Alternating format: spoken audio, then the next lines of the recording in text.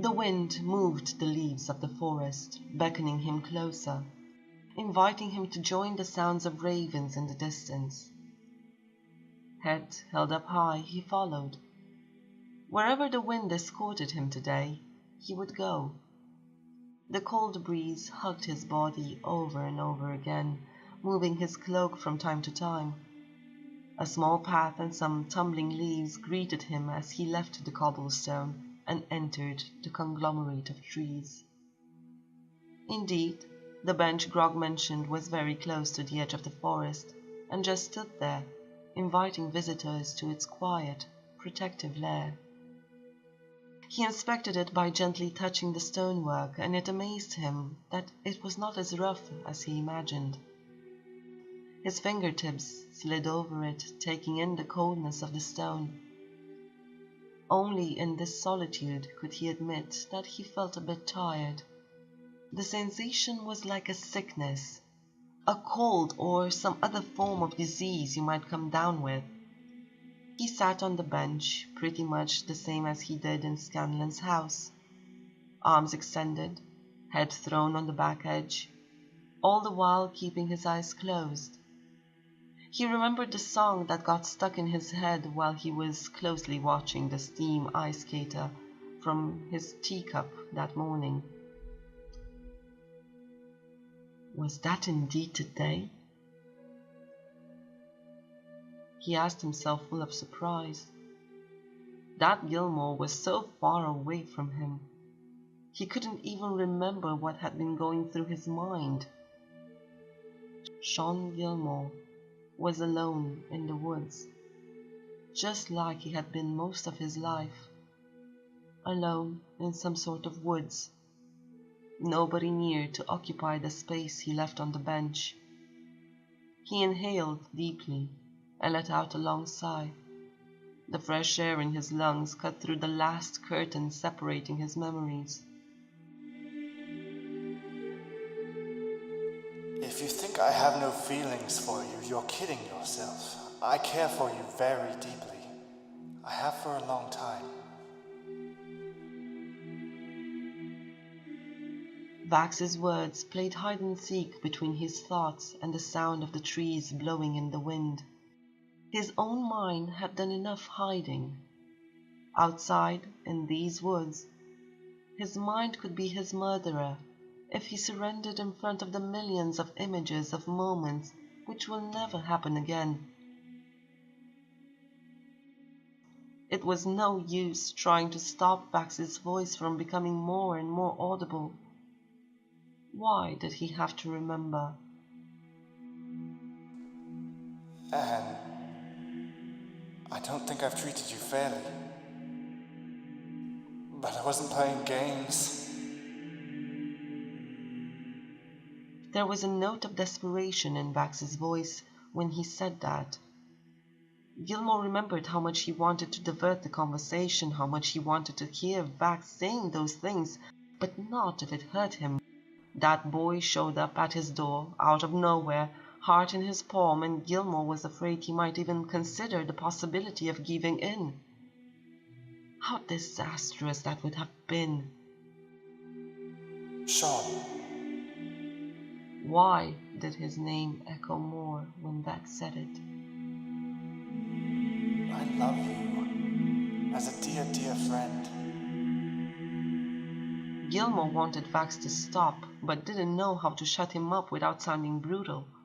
The boy was apologizing after all. A needless thing to do, but if it calmed him down, Gilmore could have gone with it. The problem appeared when Vax's voice got to some mumbling of excuses. And I really don't think I'm going to be here in a few days, and I would hate to think... Enough, please. The Gilmore from the bench let the sound escape him. The sound did not leave him on its own. Something warm and wet was sliding down from his eyes towards his ears. Number one, that's far too fatalistic for the Vax'ildan right now. Number two, look, the world is on fire around us. We jump at the little bit of comfort, which finds its way before us.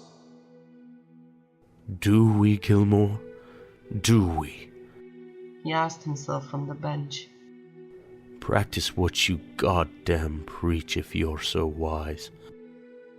I appreciate the honesty, and I am thankful for the connection that we do have. Gilmore wanted to giggle at the stupidity of that statement.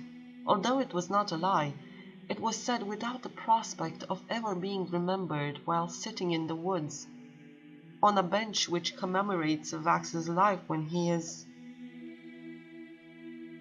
no more. Heartbreak comes and heartbreak goes. It's a part of life. Too bad this heartbreak is part of... The antonym didn't want to form in his mind. He remembered he joked. He couldn't remember the joke, because the joke was a complete lie and he didn't have the custom of remembering lies. He was fine. He's always been fine in the solitude he sometimes enjoyed. In the woods. The openness of his position was too much to bear again. It would have seemed that his head was hurting just a tad. He had to focus extensively to stop the faded conversation from becoming vivid again. His silk ribbon must have fallen somewhere near the bench, because when he took his head into his palms, he felt his hair contouring over his ringed fingers. He was just standing there, head in hands, in the woods, like his soul had done so many times before in his loneliest of hours. Not but a few minutes had passed when he heard somebody coming towards him through the leaves. He took his fingers from his eyes, and in the haziness of his headache he saw a white-haired little lady, muddy and worried.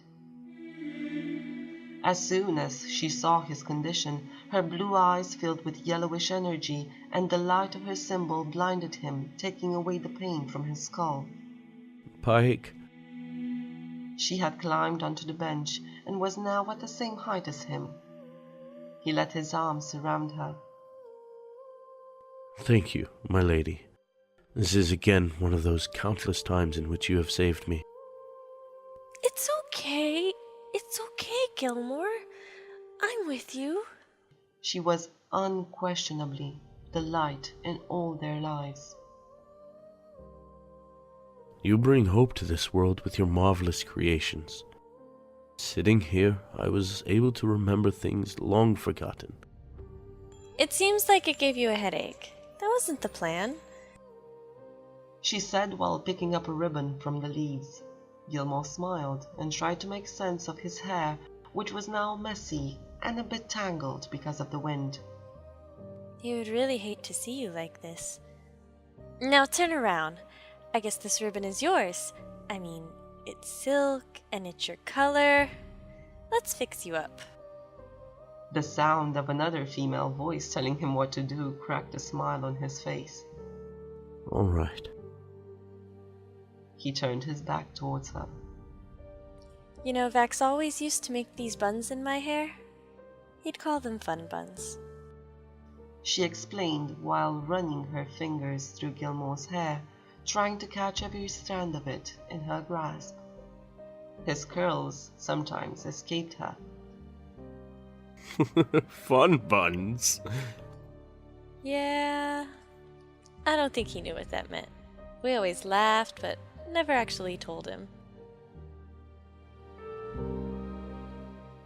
The sound of falling leaves and giggles could be heard in the woods. Did he ever manage to do something to your hair? 'Cause this is taking forever. A bit of frustration could be heard in her tone.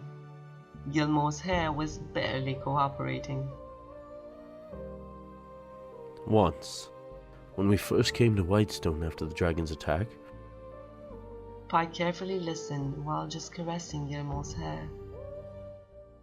after you healed me and brought me back, one night he came to my chamber and asked me to make room for him on the bed. He just sat behind me and combed and braided my hair. We talked a bit and I must have fallen asleep. He didn't move, just held me, probably for hours. I do remember when he laid me back on the pillow, and I do remember him crawling in bed next to me. However, when I woke up the next morning, he was gone. At a point, while Gilmore was talking, Pike had managed to tie his hair perfectly. He turned towards her when he stopped feeling the slight pull of his hair. That's beautiful. I'm sure he loved you very much. He spoke in a low voice. Gilmore didn't comment, just watched her jump from the bench as soon as she felt she was getting too emotional. Her signal to him was brief. They should be leaving. He took one last glance at the bench and wrapped his traveling cloak tighter. He walked Pike to her house, asking her how she happened to be in the woods at precisely that hour. It looked like he had to meet each and every one of them today. I was playing with Godric. Gilmore imagined how that would work. The little yet strong Pike and the gigantic wolf running through the trees. That's why she was so muddy. Scanlan immediately came out of the house as soon as he heard their voices outside the door. Pike took his hand and planted a kiss on his cheek. He, in turn, took out a stone from his pocket and extended his hand to Gilmore. I took it from Percy. Keyleth has the other one. He kept his extended hand open until Gilmore took the teleportation stone from him with a slight bow. There was no question about it. He had to go see the last member of Vox Machina. By coincidence, or the luck of the draw, he managed to see all of them on the same day. Therefore, it only felt right to get it over with. Maybe he would not have the same courage tomorrow. Who can know what happens tomorrow? A night would separate them. Incredibly enough, it was the first time Gilmore dreaded the idea of falling asleep. Thank you. How did you know I wasn't gone already? Gilmore looked at Pike, and she shook her head, refusing any suspicion of collaboration. Gilmore, my boy, I can still scry. Now take it. Go. Scanlan took Pike by the waist, and she waved at him. Take care, Gilmore. We love you. Indeed, the two gnomes were the ones keeping everybody together. They certainly kept Gilmore together, reminding him that the wind can sometimes whisper almost forgotten stories, especially when you take the time to listen to the woods you've been haunting for so long. He probably would have minded if it was anyone else crying at him, but it was Scanlan. Unsurprisingly, Gilmore blew them a kiss, and their image was the last one he saw. Their smiling faces were enough for him.